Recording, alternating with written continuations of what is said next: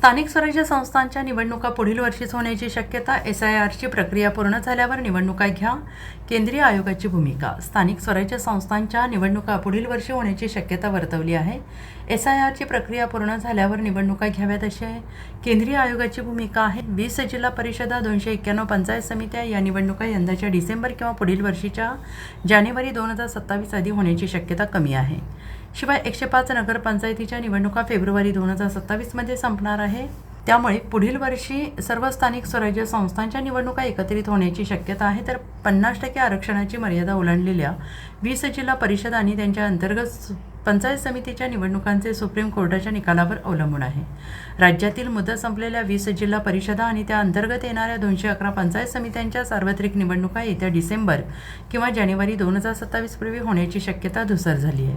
केंद्रीय निवडणूक आयोगाचे मार्गदर्शन आणि सर्वोच्च न्यायालयाच्या एका ताज्या निर्णयामुळे पुढील 5 ते 6 महिने तरी या निवडणुका होण्याची चिन्हे नाही. दुसरीकडे राज्यातील 105 नगरपंचायतींची मुदत फेब्रुवारी 2027 मध्ये समाप्त होते. त्यामुळे राज्य निवडणूक आयोगाने या सर्व स्थानिक स्वराज्य संस्थांच्या निवडणुका एकत्र घेण्याचा विचार केल्यास संपूर्ण निवडणुका प्रक्रिया फेब्रुवारी 2027 मध्ये पार पडण्याची शक्यता वर्तवली जाते आहे. सध्या राज्यभरात मतदार याद्यांच्या विशेष सखोल पुनर्निरीक्षणाची मोहीम वेगाने सुरू आहे. या मोहिमेअंतर्गत अंतिम मतदार यादी 27 ऑक्टोबर रोजी अधिकृतपणे प्रसिद्ध केली जाईल. Bureau report, SBN Marathi, Mumbai.